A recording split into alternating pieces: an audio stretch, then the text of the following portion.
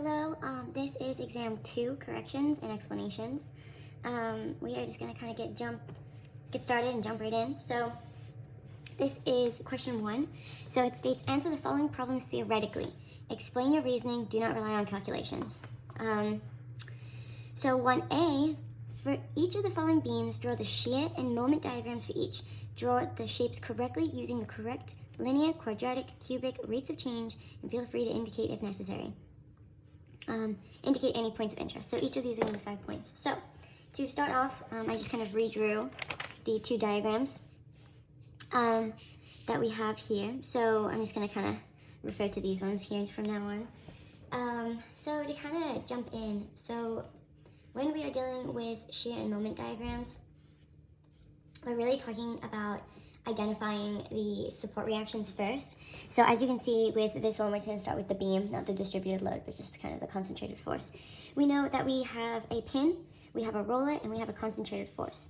So with a beam like this, we know that there is going to have to be some equal and opposite reaction, and we're really going to have to rely on our skills of solving for global equilibrium and using our knowledge of kind of our equilibrium equations and kind of, if we were to take a cut, how we go about solving. So we can identify this being a pin because if we were to do a little cut somewhere along this beam and we tried to figure out what the shear and the moment would look like,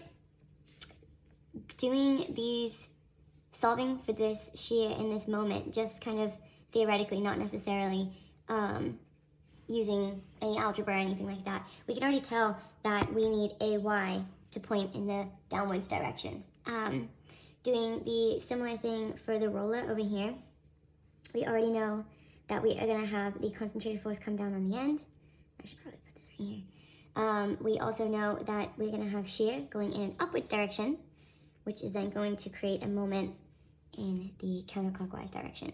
So with this information, we are able to apply it to a shear diagram. So let me see. Okay, so we know that there is going to be a downward, like a net negative shear coming down from pretty much the pin to the roller. And once we hit the roller, we know that we are going to have a positive shear, because we have to remember the configuration for shear. When it is pointed up like this, it is negative shear, and when it is pointed down, I think that's right? Oh, no, sorry, my bad. We do have to play a part in, we do have to look at configuration and where shear is and what positive shear is and what negative shear looks like. So that is why we have negative shear down here, and then we do have positive shear from the roller to the concentrated force, I should say. So moving on to the moment, we know that the relationship between the shear and the moment diagrams is going to be these equations right here. We know that it's going to be we're working with some calculus, and we're going to be taking the integral. So with that, then we can figure out that if this is constant, this is going to then be linear, just kind of the natural progression of kind of integration there. So we know that it is going to be the moment is going to be slowly increasing negatively, so it's getting more and more and more negative until it reaches this changing point at the roller, where we start to then have positive moment, and we're going to keep increasing. It's still technically negative moment because we're below the axis, but it's going from a less negative, more negative, more negative, more negative to less negative, less negative, less negative until we get back to 0. So, and this makes sense because it's not attached to anything. It's just kind of a free end. So we already know what the relationship is when we kind of have free ends. So yeah, kind of moving on to the second one. This one's a little different because we do have a distributed load, which is important to take into account. We know that, again, we have a pin here, we have a roller here. So again, this is when we use our knowledge of global equilibrium, like solving for global equilibriums and kind of the distributed loads. So we know that the distributed load is going to come down, right? And then we know that then the pin is going to counteract that. We also know that we are going to have shear come down, and we're going to have moment create this kind of situation. Same thing from if we then were taking a cut, kind of somewhere in between the roller and the pin.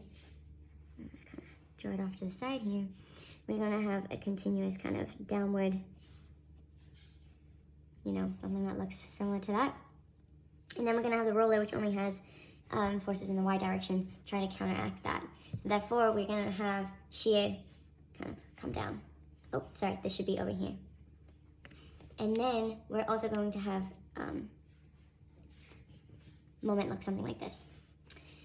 So, with that being said, we're going to kind of translate all the way down so we know that the shear, we're going to be starting at some number. We're not going to be starting at 0 or anything like that. We know that there is automatically, if we were to take a cut here, there would be some shear. And it's not until we get to this kind of sweet spot, which we would be able to calculate if we had more numbers, where we actually transition from we're going from like a positive, less positive, less positive, less positive, 0, and then we're going from negative, more negative, more negative, until we reach the end, which is the roller here. So that would be kind of how I would go about representing that. And if we were to graph this and be able to scale it out, we'd figure out that this is a quadratic graph. We're able to kind of see patterns with the constant linear, quadratic, and cubic. Just the more practice that we do, we can kind of start to identify what is what. And I think the hardest part for me is trying to figure out sometimes and differentiate the quadratic from the cubic. Sometimes you just kind of have to mathematically figure that out. So yeah, moving on to the moment diagram for the second one. We know that because we have the moment going, they're both going out, they're both equal, we know we're going to have it come from, again, a 0, just because we know moments at each end are going to be 0. We're going to go from like less positive to more positive to more positive to more positive to more positive until we get to about here. And this is actually when slope equals 0, because we know through calculus that when it goes through the axis, and we then take the integral of that, we then know the next step is moment, I'm sorry, not moment, that we know that the slope is then equal to 0 at that point. So that's how we can kind of keep these aligned. And then because we've reached our maximum, really, we are going to then start coming back down. So we're going to go from the most positive to kind of less positive, less and less and less, until we kind of come back to 0. And that relationship is more of a cubic relationship. So that's how I would go about kind of identifying those 4 different graphs. So there you go. Alrighty, so for question 1b, the question reads, based on what you understand about torsion, explain why designers often choose hollow drive shafts to transmit torsional forces. Why not use a smaller solid section instead? So I kind of mentioned polar moment of inertia in my initial response. However, I wanted to kind of elaborate on it a little more. So we know that polar moment of inertia it's like the cross-sectional area about the shaft's longitudinal axis.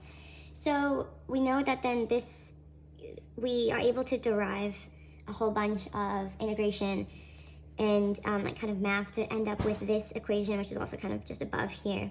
But we know that this is the maximum shear stress in the shaft, which occurs on the outer surface. So, I mean, in this particular question, we're talking about kind of, a solid versus a hollow, right? So this is basically max shear. We have the resultant internal torque, I guess I can say like torque resultant, acting at the cross section. So this value is actually determined from the method of sections when we are taking cuts. And the equation of moment equilibrium is also applied in the longitudinal axis. So that's how we end up getting this resultant torque, is just kind of by doing some math, which I know we're not really supposed to be kind of getting into the nitty gritty of math, but so it's kind of important to note where these kind of derive from. So we have C, which is going to be the outer radius, which goes for both of them, and then J is actually the polar moment of inertia at the cross-sectional area. So like the J is what's like important in this question, really. So we basically have the polar moment of inertia. So we know for a solid shaft, we're going to be able to kind of calculate the, oh my gosh, that's the wrong way around.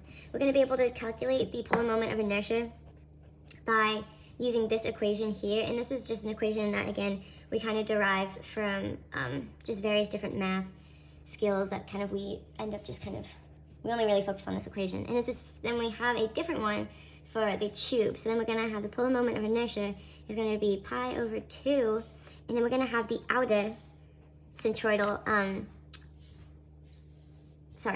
the radius, minus the inner radius.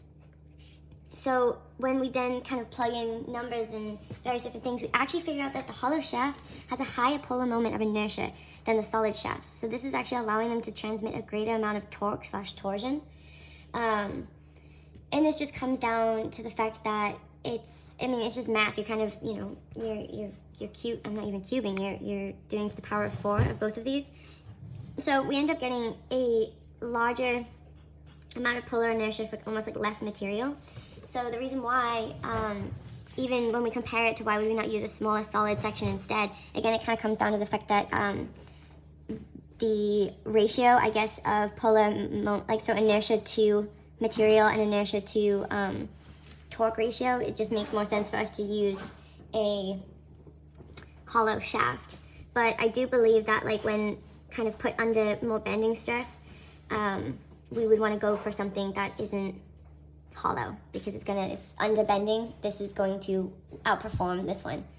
So I guess it depends on what we want to use it for, but as far as torsion goes, the equation, we're going to get a smaller number, and when we divide by a smaller number, we end up getting a bigger number. So yeah, I think that's it for that one. Alrighty, so this is exam 2, question 2. So it reads, Sorsen is designing a concrete beam for an apartment. She makes the following loading assumptions. She models the column at A as a pin connection and a column at B as a roller. The balcony rail load at C becomes a point load of 200 pounds, and the distributed load is 1 kips per foot for the center span, and decreases linearly. Think triangular once it passes B. So the first question is, we're supposed to draw a shear and moment diagram, label all the critical points and magnitudes of the shear and moment at each critical point. Indicate the order of underlying equations, so we know constant, linear, quadratic, etc. Second part of the question is, we're going to determine the maximum absolute bending moment. And also find its location. And then C, we're going to use the maximum bending moment, design the height of the rectangular beam with the width of 8 inches, an allowable stress of 3,000 psi. Okay, so I kind of just redrew the beam over here. We are going to pretty much start off by drawing the stress strain diagrams. So first of all, we have to, the first kind of methodology of working through this, the same as literally almost every problem in these past couple engineering classes, is we're always going to start support reactions. So our support reactions in this case is, we know we have a pin and a roller. So what do we know about pins? We have an AX and an AY. I think in this situation we can assume that AX is going to be equal to 0 just by inspection. So we know that AY is going to be kind of at the end here. We know that BY is right here. So AY, BY, we have a concentrated load, we have a distributed load, and from this information we can derive that there is going to be a resultant force from this section, which is the cute little rectangle. So we're just going to do base times height, and that's how we got the lovely number of 25, sorry. And then we got this number here is because we know that the center is going to be right in the middle, so we just divide 25 by 2. Now for this little bit down here, it's a triangle. So we know to solve for a triangle, we know that's going to be 1/2 base times height in this case. So this is how we get the resultant force of 3 kips at the very end here. Well, actually, it's not at the very end at all, because we're going to find the centroid, which we end up finding is actually 2 feet from where BY is. So kind of in this way. And that's just using our centroidal equations. And yeah, so we have to kind of account for 1, 2, 3, 4, 5. 1, 2, 3, 4, 5. Okay, cool. So with that knowledge, we can then use some algebra down here at the bottom to solve for AY and BY, and this will kind of open up some doors for us to be able to solve and start plotting our stress and, not our stress, sorry, our shear and moment diagrams. So we take a moment about A, so we know what's going to affect it. It's going to be we're going to do 20, which is the resultant force, so 25 kips times the distance. We're going to do the next resultant force, which is FR2, times the distance, which this is actually the 25 plus 2, if anyone's confused where that kind of came from. Because we're working in kips, I changed the 200 pounds into kips, so that's how we got this number. And because we're going to multiply it by 31, because 25 plus 6 equals 31, we're in feet. And then lastly, we're going to have BY kind of taking, we're going to solve for that. So rearrange the equation, we end up getting BY equaling 15.488 kip. With that information, we can then obviously solve for, oh, poop, I don't know how much of that was in the frame. Same thing for AY, we can just rearrange the equation. We know BY, we know the resultant force 1, resultant force 2, and then that just kind of concentrated force. Plug it in. Solve for AY, we end up getting AY is equaling to 12.712. So with this, we can kind of start calculating what the shear diagram is going to look like. So we know it's going to be linear, and then we're going to also have some little kind of funky thing go on. So we're going to kind of start working through that. So where to start? So we kind of have to think about, you know, this in sections and kind of break it down a little further. So the first thing that we're going to kind of do is we are going to solve for like AY, like where we're going to start off. So we know that AY is equal to 12.7, so that is actually going to be our starting point here. So we really want to highlight that 12.7. So we kind of have to pretend like we take a cut, and we got to figure out what the moment and the shear is doing in that moment. So we know that this is going to be linear all the way down to where shear is going to be 0. So that is how we end up getting a kind of linear looking graph all the way down to, that should not be 7, that should be 7, to then the minus 12.7 kip. So that is just, you know, we're going from a max to a min. And then we shoot up to this 3.18 number. And this 3.18 number is derived from this all the way down here. I rounded up to 3.2, but this was originally 3.18. And that is how we can find the next critical point within the shear diagram. So that is where we got this number, and this is positive, because when we take a cut at B, we are going to have shear in the positive direction, moment, and we are going to have BY coming up right here, and we're going to have 200 coming down here. So we know that it's going to be a positive. And then lastly, we know if we would take a cut right here, the only thing acting down on it is going to be this 200 pounds, which is 0.2 kip. And that's also positive, but we're going to trail off because we know at the end of these diagrams, shear is going to equal 0. Okay, so we can use what we have in here and translate it further down. So I tried my best to keep this critical point here all the way down because we know that these are related. So where we have shear equaling 0, we know that we're going to have a maximum or a minimum, but in this case a maximum moment diagram. So we can figure out what's going on in this, again kind of referring back to taking these little cuts. And we end up using this critical number of 12.7, which is our maximum in AY. And what we're actually going to do is we're going to times it by itself divided by 2. And this is so we can figure out what is kind of going on at this center point of this rectangle. So with that being said, we get a critical maximum point here at 80.645 kip. And it's looking like a little quadratic quadratic graph.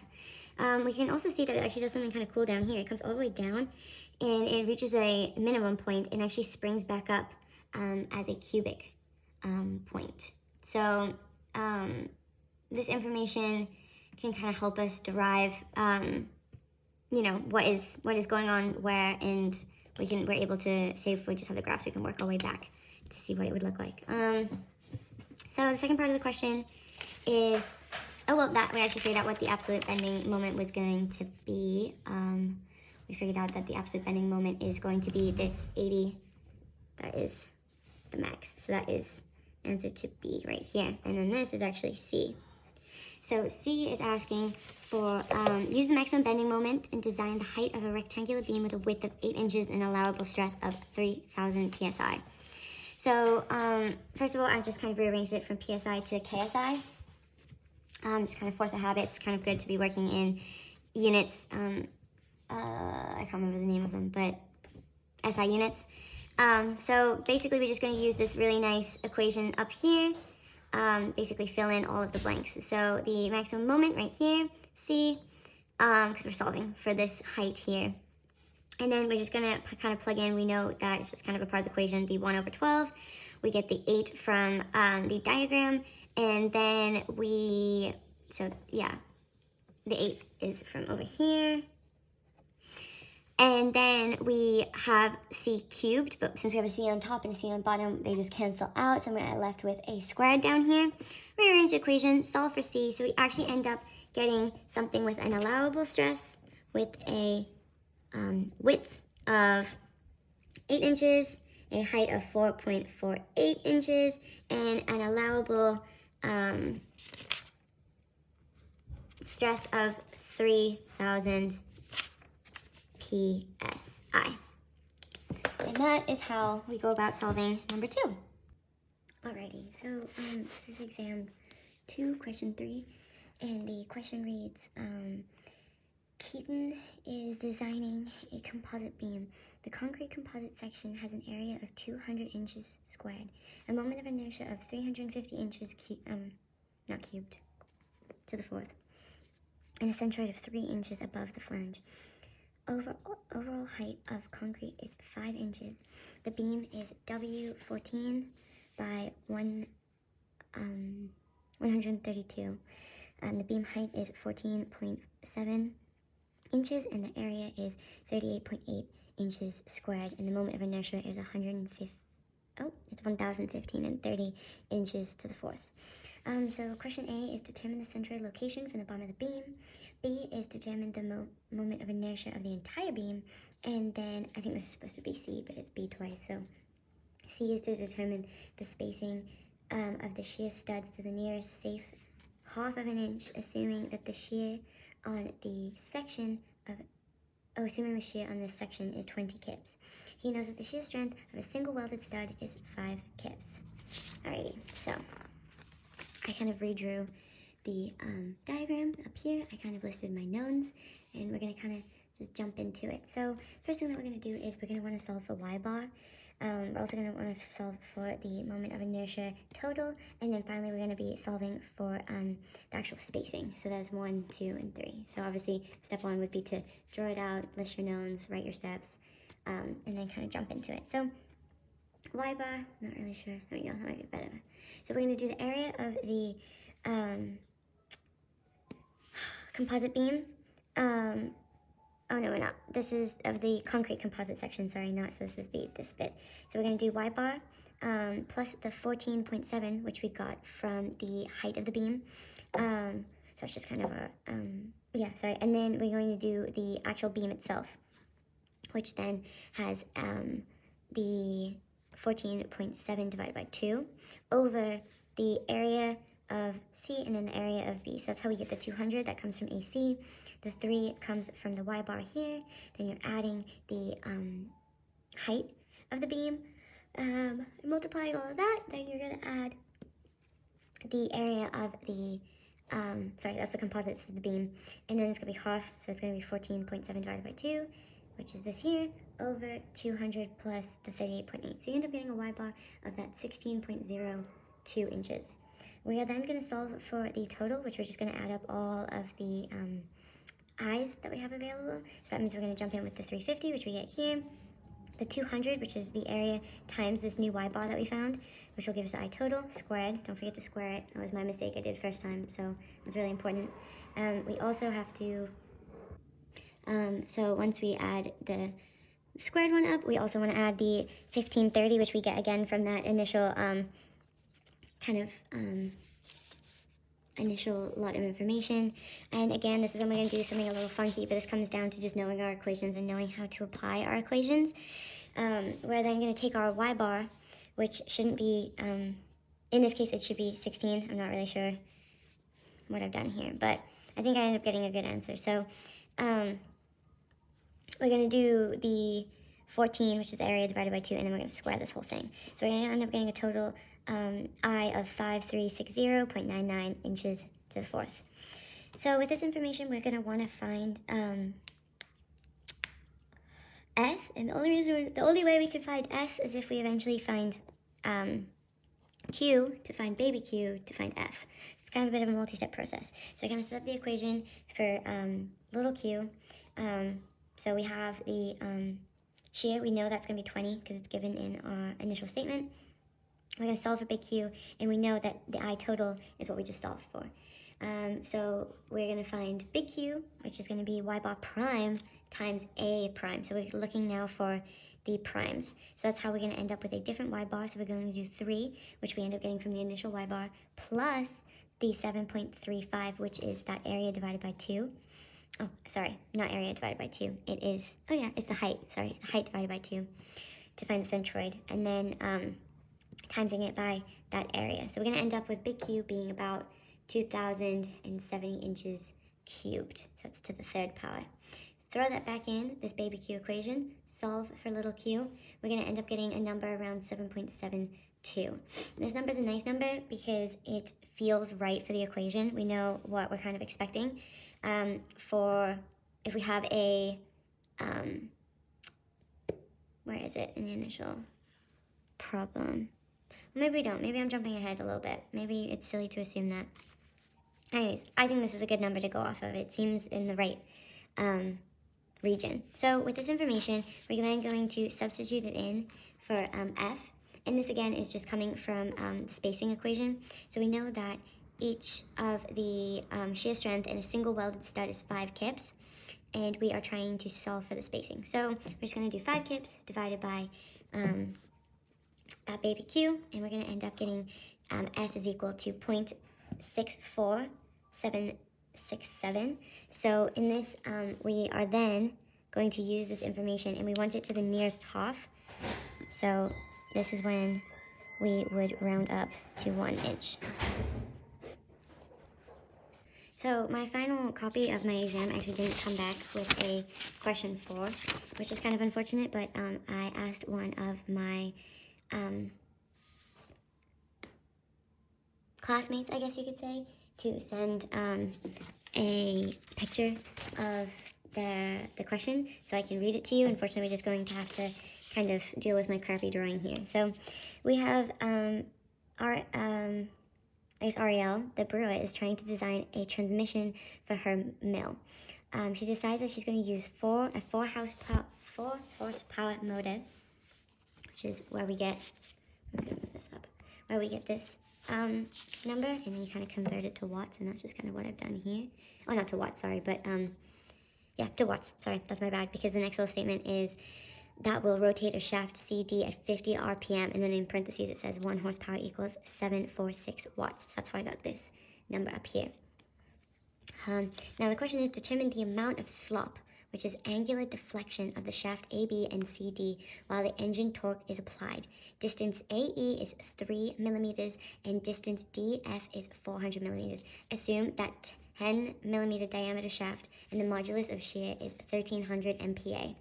So I'm going to pause it right here and put in a picture of the diagram, and then we can kind of jump right into how I got to this.